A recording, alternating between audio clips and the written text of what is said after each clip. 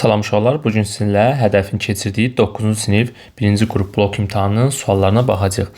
Riyaziyyat üzrədir. Birinci sualda 5, 7 və 11-ə böldükdə qalıqda 3 sayının ən kiçik natural ədəd hansıdır? Biz bu tipli suallarda nə edirik? Əkobunu tapırıq. 5-in, 7-nin, 11-in əkob, 5, 7 və 11. Bunlar hər bir qarşılıqlı sadə ədəd olduğundan qarşılıqlı sadədlərin əkobu onların hasilidir. Yəni olacaq 5 vur 7 vurulsun 11 şəklində. 5 dəfə 7 eləyəcək 35. Onu da 11-ə vursaq olacaq 35, 35. Yəni 3, 8, 5, 385. Deməli 385 oldu da əkobu. Yəni 385 ədəd həm 5, həm 7, həm 11-ə bölünür. O zaman biz qalıqda 3 alınması üçün yekunda 385-in üzərinə gəlməliyik neçə? 3.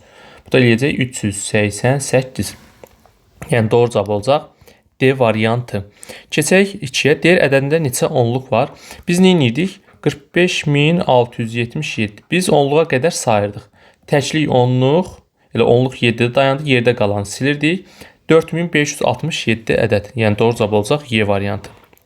Keçək 3-cü suala. Deməli, bu tipli suallarda isə əbobunu tapacaq. Bayaq əkobunu tapırdıq. İndi isə əbobunu tapacaq. Yəni 18 ilə 24-ün əbobunu tapmalıyıq.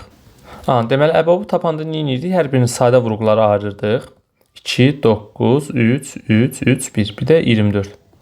2, 12, 2, 6, 2, 3, 3, 1 və ortaq olanları götürürdük. Deməli, 2 götürəcəm, sonra 3 götürəcəm. Bərabər 2 dəfə 3-dən neçə eləyəcək? 6. Təbii ki, belə şifahi olaraq da tapmaq olar və yaxud da qaydasının əsasında tapa bilərsiniz. Yəni, doğru cavab olacaq 6 desimetr. Yəqin ki, burada Y variantıdır 6. Yaxşı düşməyib. Deməli, yəni ən çox 6 ola bilər. Yəni, burada 18 və 24-dürsə məsafə, ən çox ara olaraq biz onların əbobunu tapırıq. Ən çox, ən böyük, yəni hansı ədədə bölünə bilər. Yəni, ən böyük ortaq bölən. O da olur 6. Y variantı. 4-cü sual. Burada 100 neçəyə oxşur, yoxsa moduldadır? Yox, 151 deyəsən, bəli. Deməli, 151-dən 149 çıxır. Deməli, ardıcıl tək ədədlər bir-birindən çıxır. Deməli, biz burada nə etməliyik? Deməli, 151-ə, birdən 151-ə qədər neçə tək ədəd var, onun sayını tapmalıyıq. Deməli, 151-ə qədər, deməli, 1, 2, 3, 4, yəni üzərinə 1 gəlib bölməliyik 2-yə. Bu eləyəcək 152 bölü 2, yəni düşəcək 76. 76 dənə tək ədəd olacaq cəmi. Və bizdə burada nə edir? 2-2 qruplaşdırır hər birini. Onda 76-nı bölərəm 2-yə. Görüm neçə dənə cüt var. 2-yə bölsək düşəcək neçə? 38. Bəli, düşdü 38. Və bu 38 dənə burada nə var? Elə bil cüt var da, fərq var. Və burada hər bir fərq neçəyə bərabərdir? 2-yə bərabər gördüyünüz kimi hər biri 2-dir. Yəni 38 dənə nə olacaq? 2 olacaq. 38 də 2-yə vuranda yenidən olacaq 76. Yəni doğru cavab olacaq A variantı. 5-ci sual. Deməli burada 5-ci sualda biraz şərt tam düşmüyor. Burada yəqin ki 9-a bölməni soruşur. 9-a qalıqsız bölünür. Yəni, buradan 9-a oxşadıram. Deyir, A-nın hansı qiymətində 7 rəqəmli ədədi 9-a qalıqsız bölünür. Yəni, 9 qəbul edək də onu. Deməli, burada 9-a bölmə əlaməti nə idi? Rəqəmləri cəmi 9-a bölməkdir. Onda olacaq 5 plus A plus 3, üstəgəl 3, üstəgəl 6, üstəgəl 8, üstəgəl yeni A. Bu da bərabər olacaq yenidən 2A üstəgəlinsin 3, 3, 6, 12, 20, 25. 25. Deməli, biz burada 9-a bölünməsi üçün 25-dən böyük hansı ədəd 9-a bölünür? 27, 36 və 45. Deməli, 25-in üzərinə 27-yə tamamlamaq üçün 2 gəlmək lazımdır. Yəni, 2A bərabər olacaq 2-yə, A bərabər olacaq 1-ə. Sonra 36-ya tamamlamaq üçün 25-in üzərinə 11 gəlməliyəm. Yəni, 2A bərabər olacaq 11-ə, A bərabər olacaq 5, onda 5. Və bunu yaza bilmərəm, çünki rəqəm olmalıdır. 45-ə də tamamlamaq üçün 25-in üzərinə 20 gəlməliyik. 2A 20-dirsə, onda A bərabər 10 olur. Yəni, A da 10 yenə ola bilməz. Yəni, yekunda bir dənə 27 olmalıdır cəm. Onda da A-nın yerinə 1 yazmalıyıq. Yəni, doğru cavab olacaq burada A variantı. Keçək 6-cı suala. Deyir, ifadəsinin qiymətini tapın. Burada artıq hesablamaq lazımdır. Birincidə nə edir? 1-in üzərinə 2-də 1 gəlir. Yəni, bu eləcək 2-də 1, 1,2-də 1, yəni 2-də 3. 6 çıxılsın. Və bunu belə yazaq da. 6 çıxın 4-də, 2-də 3. Bu da bərabər olacaq 6 çıxılsın 2-də 3-ü 4-ə böləndə 4-ün tərsinə, yəni 4-də 1-ə vuracağıq. O da eləyəcək neçə? Birbaşa yazıram. 8-də 3. Deməli, bu olacaq sürətli. Deməli, yazıram 3 çıxılsın, 6 çıxılsın, 8-də 3 bölünsün 3-ə. Buradan da olacaq 3 çıxılsın, 6 çıxılsın, 8-də 3-ü 3-ə böləndə 3-də 1-ə tərsinə vurmalıyım. Yəni, olacaq 6 çıxılsın, 8-də 3 vurulsun 3-də 1. Bu da bərabər də olacaq. 3 çıxılsın, 6-nı 3-də 1-ə vuranda ixtisar cəzək qalacaq 2. Bir də burada 2 mənfi olduğu üçün müsbət olacaq. Deməli, mənfi 8-də 3-ü 3-də 1-ə vuranda 3-də ixtisar cəzək qalacaq mənfi 8-də 1. Qarşısında da mənfi olduğu üçün müsbət 8-də 1 olacaq. Buradan 3-dən 2 çıxanda qalacaq 1 tam, üstünə də 8 1 gələndə 1 tam 8-də 1. Və yaxud da bunu 8-də 9 kimi də yaza bilərik. Doğru cavab olacaq A variantı. Keçək 7-ci suala. Deyək ki, kəsrləri müqayisə eləyin. Görürük ki, biz bu kəsrlər arasındakı fərq neçədir? Belə desək, hər biri 3-dür. Və bura yazıram A bərabər 124-də 121, B bərabər 1004-də 1001, bir də C bərabər 358-də 355. Uşaqlar, mənfi sizi çaşdırırsa, o zaman mənfi nəzərə almayın. Birinci olduğu kimi müqayisə eləyin. Qarşısına mənfi yazanda da işarələr tam əksinə dəyişəcək. Yəni, məsəl üçün, biz normalda deyirik ki, 10 böyükdür 5-dən də elə deyil. İndi bunu, belə desək, hər birinə mənfi əlavə eləsək, yəni mənfiyə vursaq nə olacaq? Mənfi 10, mənfi 5. Artıq biz bilirik ki, mənfi 10, mənfi 5-də nədir? Kiçikdir. Görürsünüz, mənfiyə vurduq deyə işarələr dəyişdi. Ona görə siz birinci normal müqayisə eləyin, sonra mənfi əlavə eləyəndə işarələrin hamısı böyükdürsə olacaq kiçikdir, kiçikdirsə olacaq böyükdür. Yəni, əksinə dəyişəcək.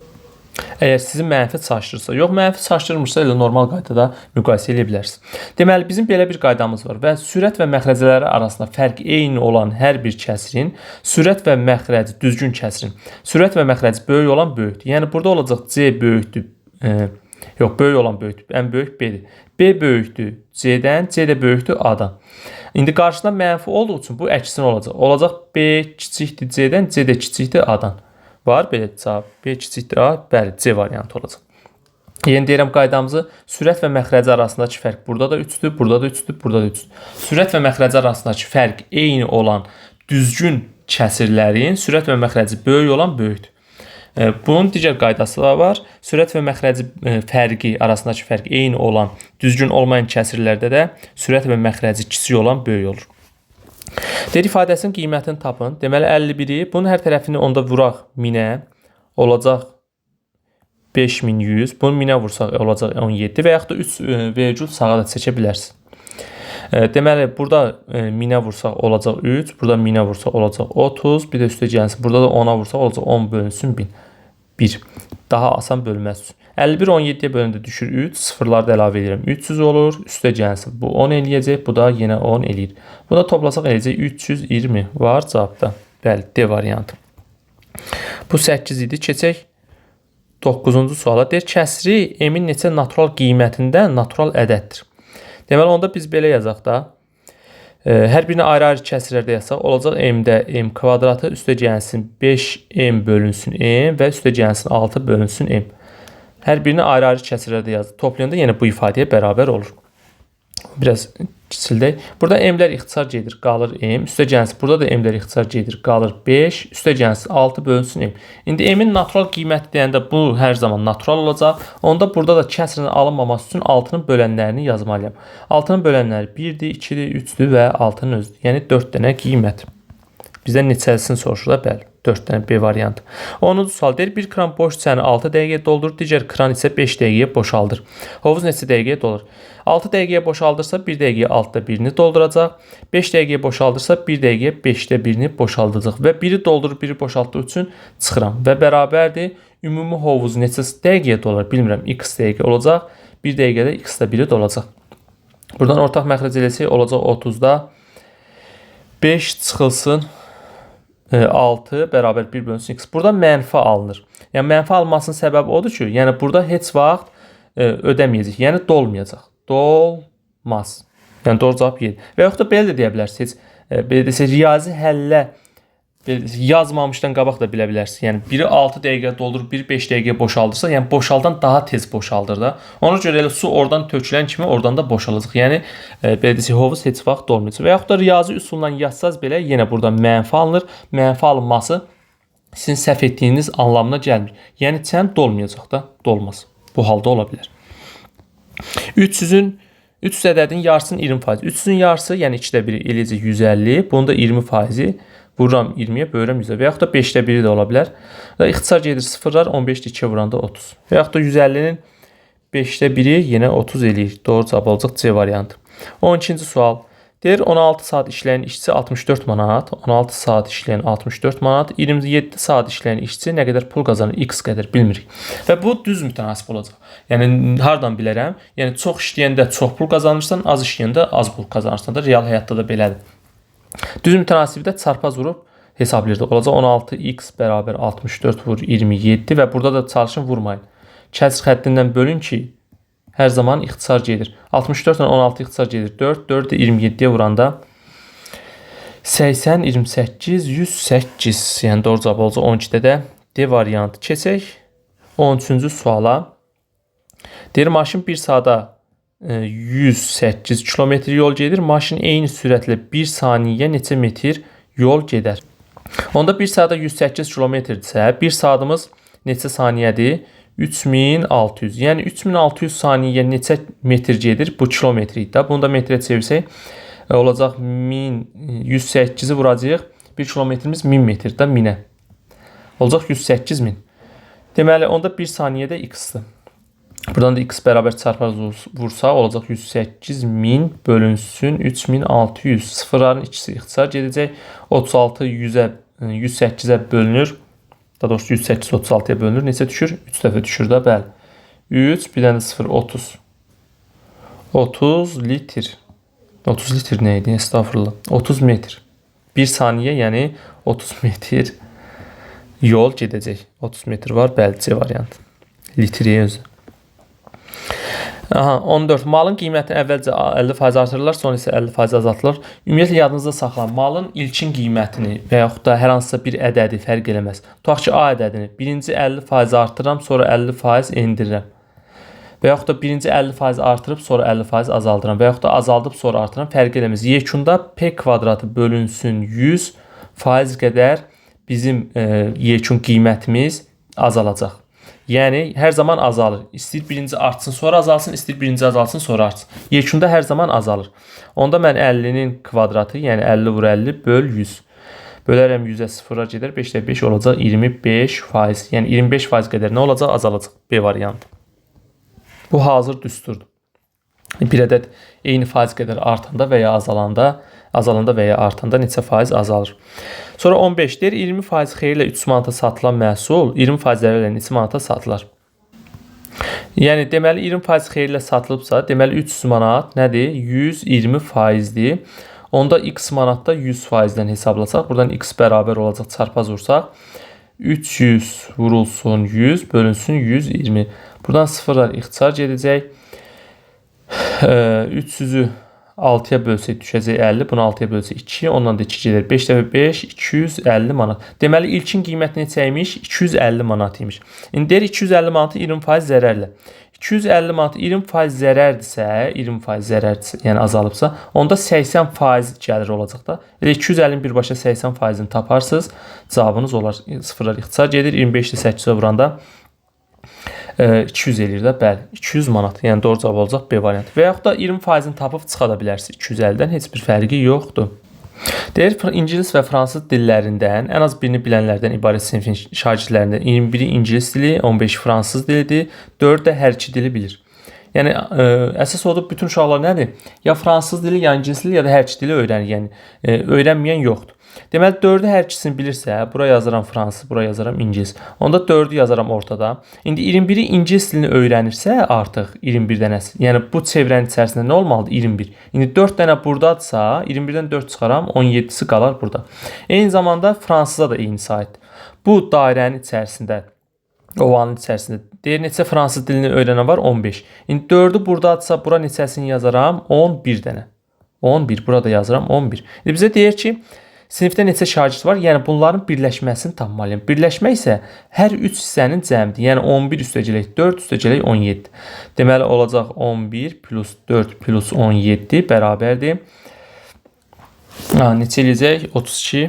32. Bəli 15, 17, 32. Yəni doğru cavab olacaq Y variantı. Keçək 17-ci suala. Deyir çoxluğunun cüt ədədlərdən ibarət alt çoxluğunu tapın. Alt çoxluğun tapılmasının düsturu nə idi? 2 üstü n. N də burada elementinin sayıdır. İndi burada deyir cüt ədədlərdən ibarət alt çoxluq. Burada neçə cüt ədəd var? 1, 2, 3, 4. Onda olacaq 2 üstü 4 bərabərdir 16-ya. Yəni 16 dənə cüt ədədlərdən ibarət alt çoxluğu olacaq. 18-ci sual. Deyir olarsa A birləşir B çoxluğunu tapın. Deməli, deməli A çoxluğu 7-dən 2-yə qədərdir. Buradan yazıram, bura tutaq ki 7-dir. Buradan da götürəm -2. Deməli 7-nin özü daxildir. Dairə alıb için qaralayıram. Deməli gələcək hara kimi? -2 kimi -2-ni də dairəyə alıram, amma özü daxil deyil. Sonra B-də -4-dən 6-ya qədər. B-ni də qırmızı ilə yazıram. -4 özü daxildir -4-ün. Gələcək neçə kimi? Buradan da xətt çəkirəm. Burada yazıram 6. 4 də gələcək bura kimi. 6-ya qədər. Bunu da aşağıdan çəkirəm. Deməli oldu belə.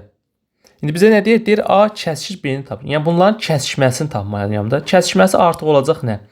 Buradan yazıram. Kəsişməsi bax bu hissələr olacaq. Bax 2 daxil deyil. Gələcək hara kimi? 6-ya kimi. 6-nın özü də daxildir. Yoxsa yox. Bir dəqiqə uşaqlar üzr istəyirəm. Burada bizdən şərtdə verib 6 daxil deyil. 6-nı da onda belə eləyək. Eləcə dairəyə alıram. Baxın içini doldurmuram dairənin. Yəni 6 da daxil deyil. Onda birləşməsi 2 daxil deyil. Gələcək hara kimi? Bu kəsişmə hissəsi. Dilim dolaşıb birləşmə deyirəm. 3-dən 5-ə kimi və hər biri də daxil olacaq. Yəni olacaq bu şəkildə.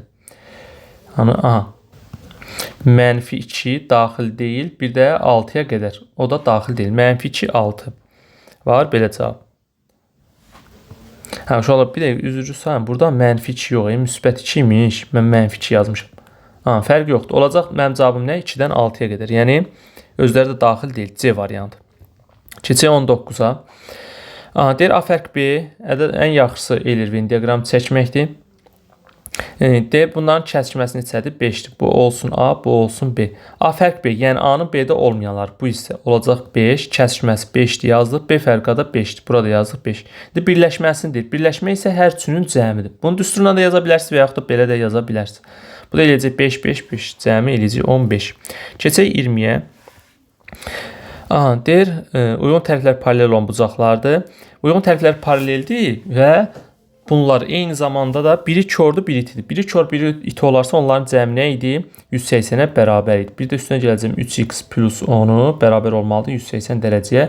Buradan olacaq 10x bərabərdir 10, 10, 20. 180-dən 20 çıxanda 160. X də bərabər 16 dərəcəyə.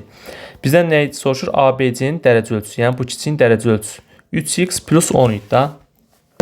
Onda olacaq 3 vurulsun 3x, x-imiz 16 idi. 16 plus 10, bu da eləyəcək 48, üstünə də 10 gəndə 58 dərəcə. Doğru cavab olacaq 20-də də B variantı. Keçək 21-ci suala. Deyir şəkildə neçə şüa təsvir olmuş. Şüanın düsturu 2n idi və diqqətli olmalıyıq. Hər iki tərəf açıq olmalıdır, yəni düz xətt olmalıdır. 2n. Burada n nöqtələrin sayıdır. Olacaq 2 vurulsun 1, 2, 3, 4. 4 bərabər 8. Yəni 8 dənə şüa olacaq. Keçək 22-yə. Deyir ki, saat 15:00-da dəqiqə və saniyə qrafləri arasındakı bucaq neçə dərəcə olacaq? 15:00-da. 15:00 neçə deməkdir? 3 deməkdir. Yəni dəqiqə əqrəbi 12-nin üzərində olacaq, saat əqrəbi də 3-ün üzərində. Yəni burada tam 90 dərəcə olacaqdır. Düz dedikdə bəli 90 dərəcə. Doğru cavab olacaq A variantı. Ümumiyyətlə yadınızda saxlanın uşaqlar. 1 dəqiqə saat və dəqiqə əqrəbləri arasında 1 dəqiqə səlqəli yazaq dəqiqə 6 dərəcədir. Yəni 1 dəqiqə belə desək 12:00-dan 1 dəqiqə keçərsə dəqiqə əqrəbi 6 dərəcə dönmüş olur. Onda 180 böl 30 kimi də baxmaq olar və yaxud da 360 böl 60 kimi də. 1 saatda 60 dəqiqə var, 60 bölgü var. 360-ı bölərsə 60-a 1 dəqiqə 6 dərəcə düşür. Sonra keçək 23-cü suala. Deyir A ədədinin 5-də 2 hissəsi 270, B ədədinin 10-da 8 hissəsi, yəni 5-də 4 hissəsi 180 olarsa A böl B-ni tap. Yəni 5-də 2 hissəsi 270 olan ədəd. Neyəcəyik? 270-i böləcəyik. 5-də 2-yə tərsinə vururuq da, bu da 2-də 5. Bu da bərabər də olacaq nə? 270-i 2 ilə ixtisar aparsaq necə qalacaq? 135 vurulsun 5 qalır da burada. Bir də bu oldu A ədədi. Bir də B-ni tapaq. B də 5-də 4 da 0,8. 180-i böləcəm 5-də 4-də olacaq 4-də 5. 180-i 4-də böləndə 45 düşür də. Bu da olacaq 45 vurulsun 5. İndi bizə deyir A-nı B-yə böl. Bunları vurmadım elə çünki böləndə ixtisar gedəcək. Olacaq A bölünsün B bərabərdir 135 vurulsun 5 bölünsün 45 vurulsun 5. 5-lər ixtisar gedir. 135 də 45-ə bölünür, düşür 3. Yəni doğru cavab olacaq nisbətin cavabı 3. 24-cü sual. Deyir A bölünsün B 5-ə bərabərdir. Yəni A ədədi B-yə, bu nə demək istəyir? Yəni A ədədi B-yə tam bölünür. Yəni burada bölünən A-dır, bölən də B-dir. İndi əkob AB onda böyüyünə bərabər olur. Yəni A-ya bərabər olacaq. O da deyir 45-dir. Əbob AB də bölənə bərabər olur kiçiyinə. Yəni B-yə. Bu da bunu da bizdən soruşur ki, neçəyə bərabər olar? Deməli A 45-dirsə, onda yuxarıda yazıram 45 bölünsün B bərabər 5. Böləni də tapanda bölünəni 45-i bölməliyəm qismətə. Yəni 5-i. Bu da eləyəcək 9. Deməli B də neçə imiş? 9 imiş. Ümumiyyətlə yadınızda saxlayın. Bir ədəd digərinə bölünərsə əbob bölənə, yəni kiçiyinə, əkob da böyüyünə, yəni bölünənə bərabərdir. Burada cavab, buradan da yazaq. Əbob AB 9 oldu. Keçək 25-ə. Deyir bucağa qonşu olan iki bucağın cəmi 150 olarsa verilən bucağı tap. Tutaq ki, mənə belə bir bucaq verilib. Tutaq ki, bu bucağa qonşu olan iki bucağın cəmi, məsələn, bu qonşu olan bucaqlar bu bucaqlar olacaq da. Bu ikisinin cəmi, bura x-sa, burada x. Çünki qarşılıqlı bucaqlar. Deyir bunların cəmi bizə nə verir? 150 dərəcə. 2x 150 dərəcədirsə, onda x bərabər neçə dərəcə? 75 dərəcəyə. İti olanı götürərik. Çünki burada itidir, heç olmaz. Deməli x 75 dərəcədirsə, deyir verilən bucağı tapın. Onda bu cəm 180 olmalıdır. 180-dən çıxacaq 75-i. Burada bir y deyək də, bərabər olacaq y bucağına. Y də bərabərdir. Neçə eləyəcək? 105 dərəcə. 105 dərəcə. Düz çıxdıqmı? Bəli. 26-cı sual. Deyir, verilənlərdən hansı həmişə doğrudur? Rəqəmləri seçməli, elə bilmə uyğunluqdur. Hansı hər zaman doğrudur? Deməli, birinci deyir, A ilə B kəsişir. Kəsişməsi birləşməsinin alt çoxluğudur. Bəli, bu həmişə doğru olacaq da. Yəni çünki kəsişmə elə zaten A və B çoxluğun elementlərindən ibarətdir. Elə bu elementlərdə A ilə B-nin birləşməsinə %100 daxil olacaq. Yəni 1 doğrudur. Sonra deyir birləşmə kəsişməsinin alt çoxluğudur. Xeyr. Olmaya da bilər. 3 deyir A alt çoxluqdur A ilə B-nin birləşməsi. Bəli. A ilə B birləşirsə, A-nın bu birləşməyə A-nın elementləri daxildir. Onda A-nın özü də elə bu birləşmənin alt çoxluğu olacaq.